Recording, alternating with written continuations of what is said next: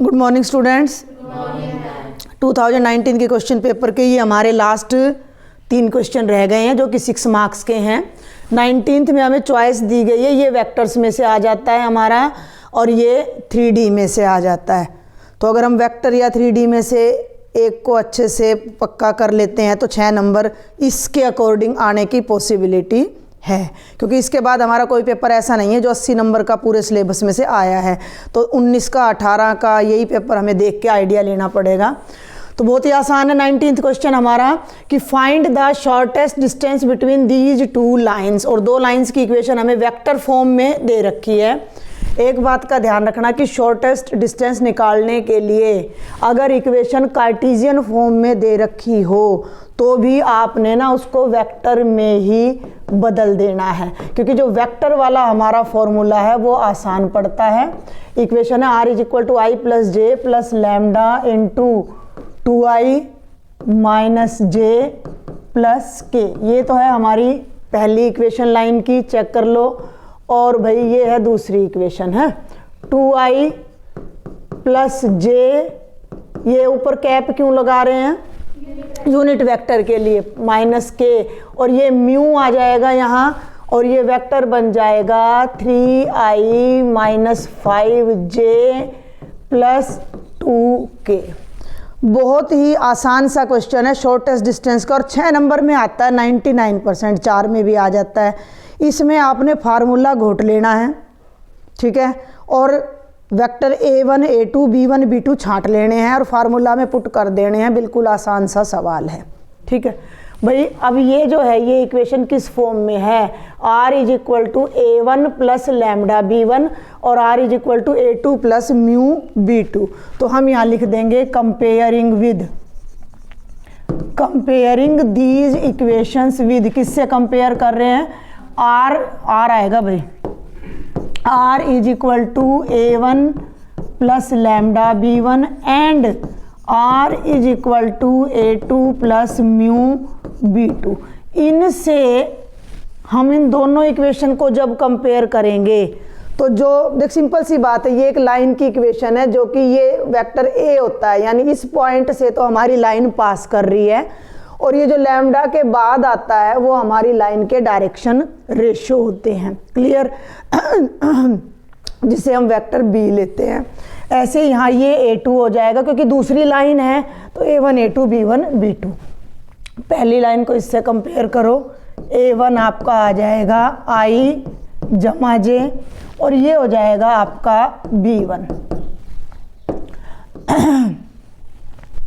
b1 हमारा हो जाएगा बेटा 2i - j + k। सिंपल सी बात है, लैम्डा से पहले जितना वेक्टर है वो a है, लैम्डा के बाद जो वेक्टर है वो b है। पहला है, एक समीकरण है तो a1 b1 कह देंगे।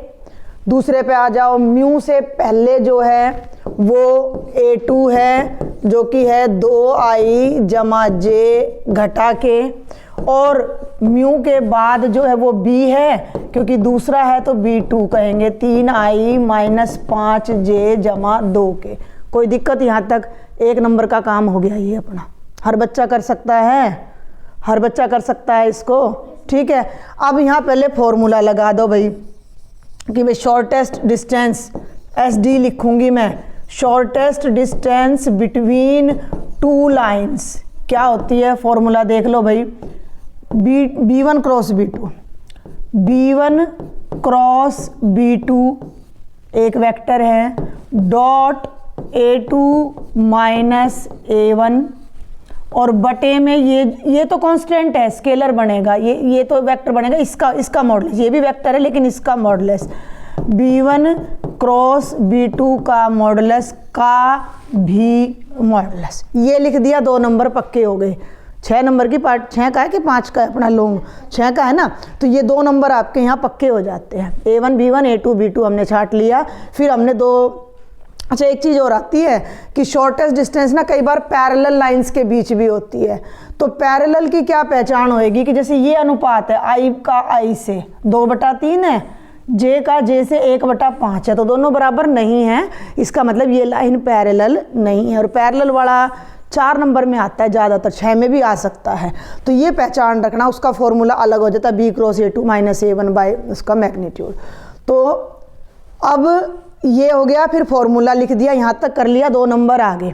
अब आपको 2 काम करने हैं। पहले तो आपने a2 माइनस a1 वेक्टर निकालना है, फिर आपने b1 क्रॉस b2 वेक्टर निकालना है, फिर आपने उसका मैग्नीट्यूड निकालना है और वो सारी वैल्यू इसमें पुट कर देनी है, तो हमारी डिस्टेंस आ जाएगी।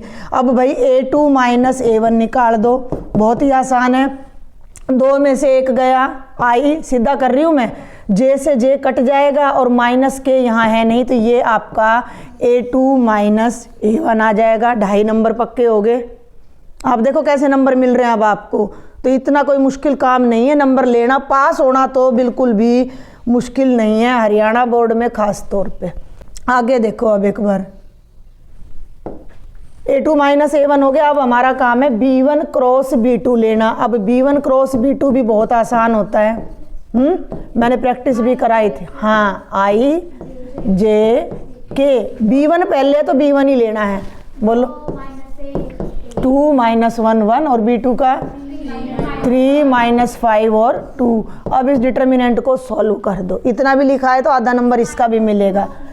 आई ये रो कॉलम -2 + 5 सीधा कर दूं, 3 बन जाएगा। माइनस जे ये रो और कॉलम 2 दूनी 4 घटा 3 1 बन जाएगा, और प्लस के माइनस का 10 जमा का 3 है, माइनस का 7 बन जाएगा। ये बन गया 3i। ये तो हम सबको आता है, बट डिटर्मिनेंट तो आप सबको आता है। डिटर्मिनेंट सॉल्व हो गया, 3 नंबर का जुगाड़ आपका बन चुका है। 3 के 3.5 भी मिल सकते हैं। और अभी इसी वेक्टर का ले दो मॉडुलस। बहुत आसान क्वेश्चन है, इससे आसान क्वेश्चन हो नहीं सकता। हाँ, 3 का स्क्वायर मैं थोड़ा शॉर्ट में करा रही हूँ मैं, जमा 1 का स्क्वायर 1 और ये 49 और 1 50 और 9 59। 59 का वर्गमूल कंप्लीट निकलता नहीं है, तो ये आ जाएगा। किसी बच्चे को कोई दिक्कत हो? पक्का? आगे बढ़ूं। अब इन सारी वैल्यूज़ को, सारी नहीं आई भाई, एक कसर और रह गई, क्योंकि हम हाँ डॉट, भाई सारी चीज़ पहले सॉल्व कर लो। अभी देखो a2 माइनस a1 आ गया, b1 क्रॉस b2। अब इन दोनों की डॉट भी लेनी है, इन दोनों की। ठीक है भाई, समझ आ रही बात? इसकी और इसकी डॉट भी लेनी है, तो थोड़ा सा अब इसको और ऊपर कर लेते हैं, लिखना भी तो पड़ेगा ना। हम लेंगे b1 क्रॉस b2 एक वेक्टर है, डॉट a2 माइनस a1 दूसरा वेक्टर है, वो ये दोनों वेक्टर हैं। लिख दो यहाँ पे 3i माइनस जे माइनस 7k, डॉट में i माइनस k। देखो अब एक बात का ध्यान देना, इतना इंपॉर्टेंट क्वेश्चन है, इसमें वेक्टर प्रोडक्ट भी आ गई, डॉट वेक्टर क्रॉस तो एक ही हो गया ना, डॉट प्रोडक्ट भी आ गई। किसी वेक्टर का मैग्नीट्यूड कैसे निकालते हैं ये भी आपने सीख लिया। समझ में आ रही है बात? और डिफरेंस ऑफ 2 वेक्टर्स भी आ गया। ये सब 1-1 नंबर के मार्क्स आपको, 1-1 नंबर आपको दिला सकते हैं इस तरह के क्वेश्चन, अगर आप थोड़ा सा ध्यान दोगे तो भाई आई वाले को आई से गुणा करो, 3 एकम 3, जे वाला है नहीं तो 0 हो जाएगा, और -7 और -1 प्लस का 7, 7 और 3 कितना हो गया? 10। यहीं रख दूँ वैल्यू है, ये ऊपर आ जाएगा 10, नीचे आ जाएगा √59 का मैग्नीट्यूड क्यों लगाते हैं? अगर ये वैल्यू नेगेटिव हो तो हमने इसको पॉजिटिव कर देना, ये बाय चांस पॉजिटिव ही है, तो 10/√59। तुमने वहाँ नहीं रखना, तुमने इस वैल्यू को वहाँ नहीं रखना है, तुमने नीचे लेके आना है कि shortest distance using that formula क्या बन जाएगी? 10/√59, और ये हमारा आंसर आ जाएगा। ठीक है, अगले पे चलें। अब देखो भाई 19th में चॉइस दे रखी है, चॉइस वाला क्वेश्चन भी इतना आसान है हद से ज़्यादा। Find the equation of the plane passing through these 3 points. तो सबसे पहले तो इन पॉइंट्स को लिख देना। हाँ, गिवन पॉइंट्स आर, ए ले लिया 1 1 -1, दूसरा हो गया बी 6 4 -5, तीसरा हो गया सी -4 -2 3। ये हमारे पॉइंट्स हो जाते हैं x1 y1 z1, ये हो जाता है x2। आप ऐसे भी लिख सकते हो क्योंकि देखो पेपर में हमारे पास टाइम की थोड़ी कमी रहती है। अगर हम अच्छे से कम में ऐसा लिख दें कि सारगर्भित जिसको बोलते हैं ना, कि भाई कम लिखे लेकिन ऐसा लिखे जो समझ आ जाए। अब बिल्कुल आसान सा सवाल है, 3 पॉइंट हैं और इन 3 पॉइंट में से कोई प्लेन जा रहा है, कोई समतल जा रहा है, उसकी इक्वेशन आपने निकालनी है। तो डायरेक्ट हमारे पास कार्टेशियन में आ जाओ। डिटर्मिनेंट होता है कि equation of a plane passing through 3 given points as. क्या फॉर्मूला है हमारा भाई, ये ले लिया हमने, क्या है ये डिटर्मिनेंट है ना, x minus x1 y minus y1 z minus z1। अब ले लो x2 माइनस x1, ये भी देखो केवल फॉर्मूला बेस्ड है, x3 minus x1 y3 minus y1 और भाई z3 minus z1 is equal to 0। यहाँ ले लें इसको आगे, x माइनस x1 1 है, y माइनस y1 1 है और z minus z1 minus minus plus हो जाएगा। x2 माइनस x1 6 घटा 1, मैं सीधा कर रही हूँ, तुम लंबा दिखाने के लिए एक लाइन और लिख सकते हो। y2 माइनस y1 3 आ जाएगा, z2 माइनस z1 माइनस 5 जमा 1 माइनस का, x3 माइनस x1 माइनस का 5 हो जाएगा, माइनस 4 माइनस 1 माइनस 2 है ना ये, और माइनस 1 माइनस 3 आ जाएगा, और भाई 3 जमा 1 4। अब ये देखो भाई, ये तो दोनों रो आइडेंटिकल आ गई, इसका मतलब डिटर्मिनेंट क्या हो जाएगा 0। हमें एक्सपेंड करने की जरूरत ही नहीं है, तो ये तो 0 बराबर है 0 आ गया भाई। इसको खोलने की जरूरत नहीं, डिटर्मिनेंट में हमने कर रखा है। इसको ओपन करने की जरूरत नहीं है एक्सपेंड करने की, क्योंकि ये देखो ना माइनस कॉमन ले लो, तो ये माइनस का ये माइनस का और ये प्लस का रेशो देख लो माइनस 1 आ रही है, तो हमारे पास आ गया 0 बराबर है 0। अब प्लेन की इक्वेशन तो आई नहीं, अब क्या करें। जब ऐसी कंडीशन आ रही है, आप एक बार इनके डायरेक्शन रेशो चेक करो। ये पॉइंट्स हमारे कोलिनियर हैं, अलग प्लेन में नहीं है, ठीक है, कोलिनियर है। ये कैसे पता लगेगा कि भाई BA के डायरेक्शन रेशो देख लो। वैसे तो आप यहाँ पे भी लिख सकते हो, यहाँ से आप डायरेक्ट कर दो कि भाई 0 बराबर 0 आ गया। इसका मतलब हमारे पास क्या आ गया कि दीज 3 पॉइंट्स आर कोलिनियर।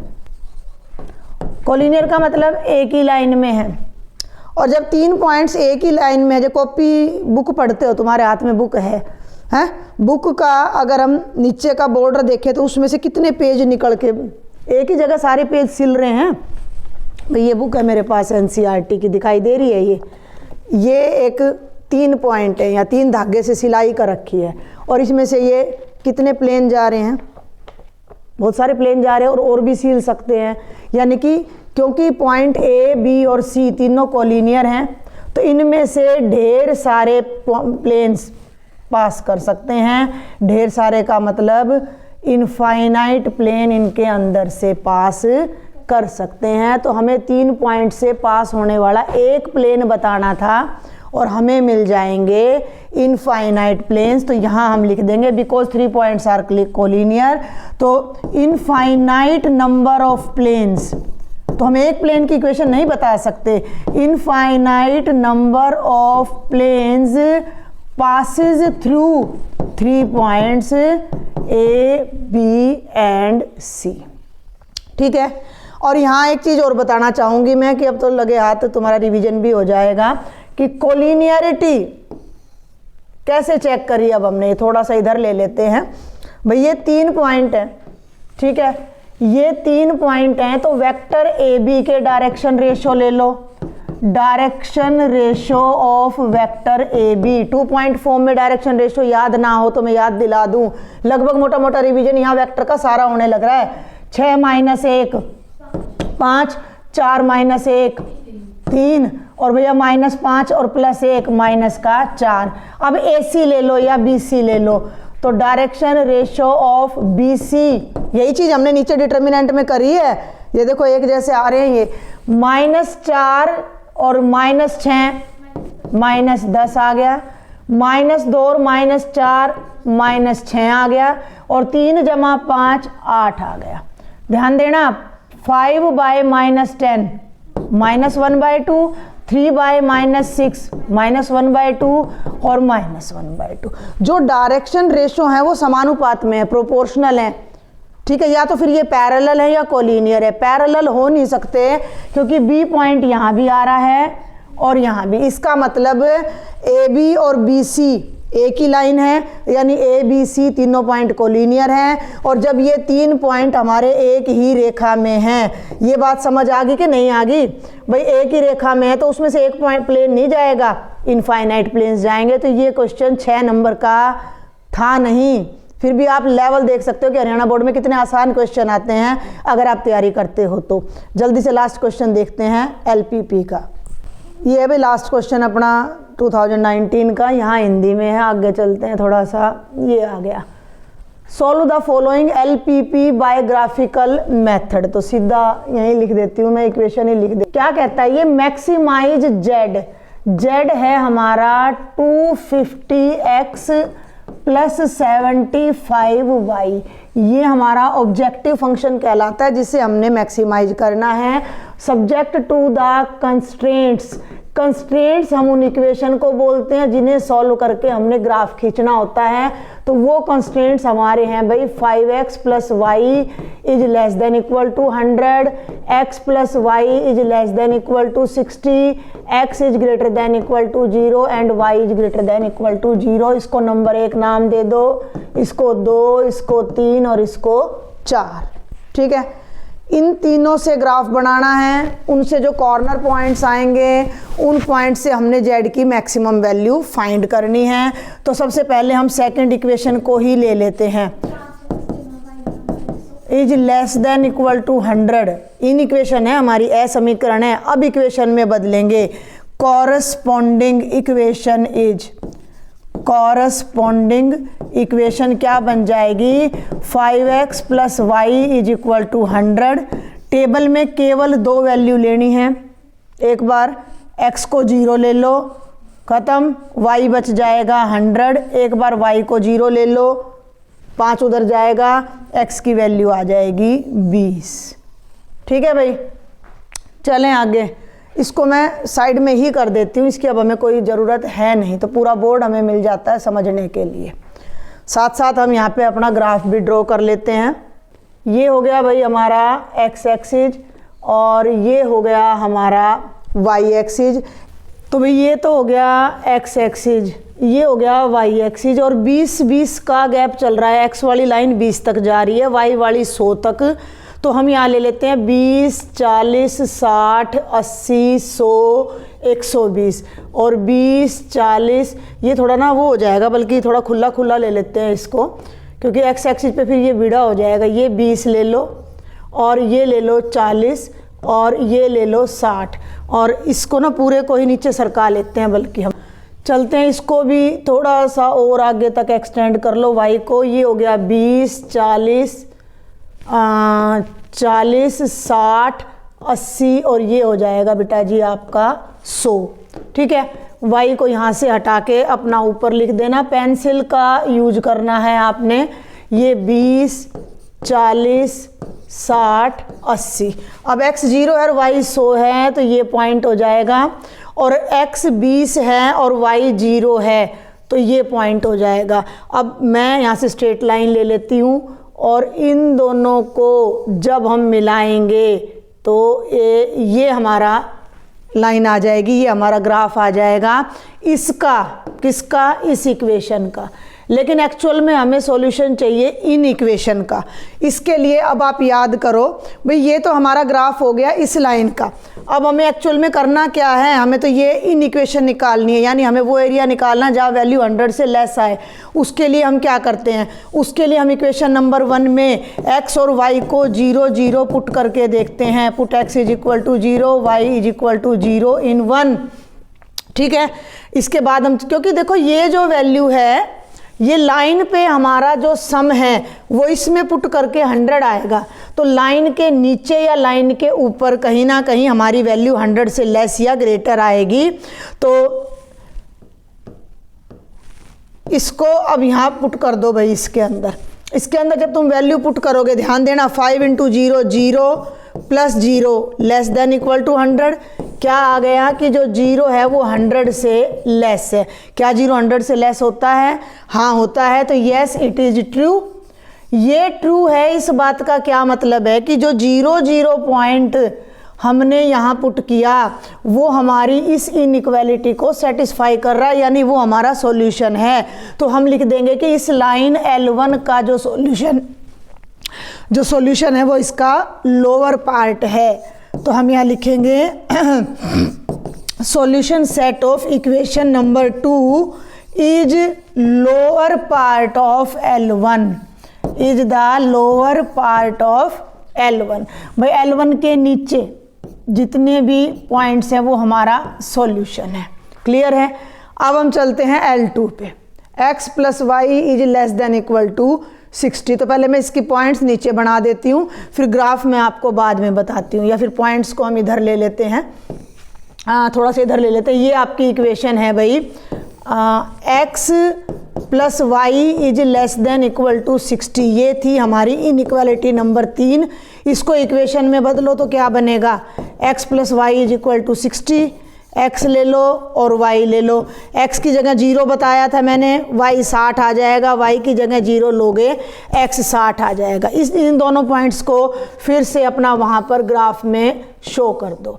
ये देखो भाई, अब हमने ले लिया x 60 y 0, y 60 x 0, और इन दोनों को भी मिलाते हुए हम एक कंप्लीट लाइन यहाँ ड्रॉ कर देंगे जिसका नाम हो जाएगा L2। अब फिर से इसी के अंदर फिर से हम 0 0 पुट करके देखेंगे।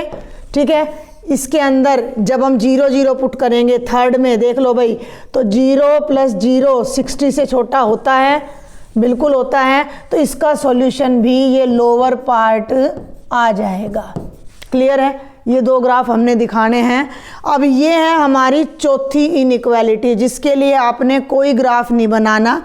इसमें ये कह रहा है कि x > 0 और y भी > 0। तो इसका सीधा सा मतलब क्या है? x और y दोनों पॉजिटिव कहाँ होते हैं? पहले क्वाड्रेंट में होते हैं। तो क्या आ जाएगा कि हमारा जो सॉल्यूशन है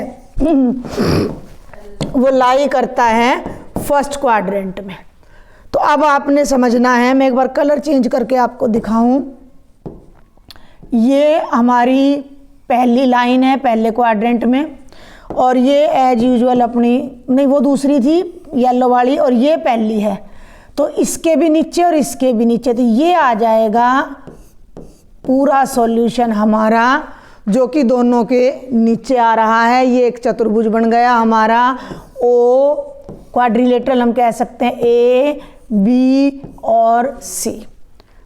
अगर हमारा फिजिबल रीजन बाउंडेड आता है तो हम इसके कॉर्नर पॉइंट्स लेते हैं, चारों कॉर्नर पॉइंट्स निकालेंगे और उस पे फिर हम Z को चेक करेंगे। तो ये कॉर्नर पॉइंट तो दिख ही रहा है, 0 0 है। ये कॉर्नर पॉइंट दिख रहा है, यहाँ पर A का मान कितना है भाई? x 20 है और y 0 है। ये भी दिखाई दे रहा है, x 0 है और y 60 है। बच गया ये B नहीं पता हमें। B कैसे पता लगेगा? इन दोनों लाइनों का इंटरसेक्शन है ये। तो ये दोनों को, इनकी इक्वेशंस को अब हम सॉल्व करेंगे। तो यहाँ आप लिख सकते हो कि 4 पॉइंट B हम क्या करेंगे? इसका समीकरण ले लेंगे, इक्वेशन ले लेंगे, 5x + y is equal to 100। दूसरी इक्वेशन ले लेंगे भाई, x + y is equal to 60। और क्लास 10th में हमारा आता था एलिमिनेशन मेथड, माइनस कर दो, y से y कट गया, 5x में से x गया 4x और 100 में से 60 गया 40। तो x की वैल्यू आ जाएगी 40/4। ये 4 इधर आ जाएगा ना, और इससे डिवाइड करोगे तो x की वैल्यू आ जाएगी 10। x की वैल्यू को वापस इसमें पुट करो, यहाँ 10 रखोगे उधर जाएगा। ये तो बहुत सिंपल कैलकुलेशन है, सब बच्चे कर सकते हैं। तो y की वैल्यू आ जाएगी 50। तो ये जो बी पॉइंट है इसके कोऑर्डिनेट्स हो जाएंगे 10,50। ये 4 कॉर्नर पॉइंट्स हमारे आते हैं। इन चारों पे अब हम जेड की वैल्यू निकालेंगे और चेक करेंगे कि ये किस पॉइंट पर मैक्सिमम है। तो यहाँ सबसे पहले तो आप लिखोगे कि कॉर्नर पॉइंट्स आर ओ है 0 0 है, ए है 20 0 है, बी अभी आपके आगे मैंने निकाल के दिखाया है 10,50 है, और सी मैं पहले ही बता चुकी थी 60,0 है। अब एक टेबल बना दो और उस टेबल पे ये कॉर्नर पॉइंट्स लेके जेड की मैक्सिमम वैल्यू दिखा दो। बस बहुत आसान सा सवाल है। यहाँ आप लिखो भाई कॉर्नर पॉइंट्स और यहाँ लिख दो z is equal to 250x plus 75y।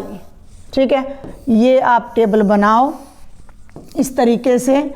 अब यहाँ o ले लो 0 0, इस पे z को चेक करो, यहाँ 0 रखेंगे, यहाँ 0 रखेंगे, ये 0 आ जाएगा। दूसरा पॉइंट ले लो 20,0, यहाँ 20 रखना है। जब यहाँ 20 रखोगे तो 50 आ जाएगा, मतलब 5,000 आ जाएगा, जमा 0 यानी कि जो वैल्यू आएगी वो 5,000 आएगी। तीसरा पॉइंट ले लो बी 10 और 50, 10,50। ये थोड़ा सा यहाँ पेन ना लैग कर जाता है, 10,50। तो जब यहाँ 10 रखोगे, यहाँ 10 रखोगे तो 250 को 10 से मल्टीप्लाई करोगे 2,500, और 50 को 75 से गुणा करोगे तो करके देख लेना 3,750 आएगा। 375 3750 और ये जोड़ोगे तो 6250। और लास्ट पॉइंट है सी 60,0। तो यहाँ 6 रखोगे, 25 छिक्का 150 होता है, 1500 जमा 0 ये आएगा 1500। अब इसमें देख लो सबसे ज़्यादा वैल्यू 6250 है, कितने पे है? बी पे है 10 और 50 पे। तो यहाँ पे अपना कंक्लूजन लिख दो कि मैक्सिमम वैल्यू ऑफ जेड कितनी है? 6500 है। और कब है? जब x की वैल्यू 10 है और y की वैल्यू 50 है। तो बहुत ही आसान सा हमारा लास्ट क्वेश्चन था। 2019 का ये कंप्लीट सेट हो गया है। सेट भी हम अगले लेक्चर में करेंगे। लेक्चर पसंद आए शेयर करें, सब्सक्राइब करें। Thank you.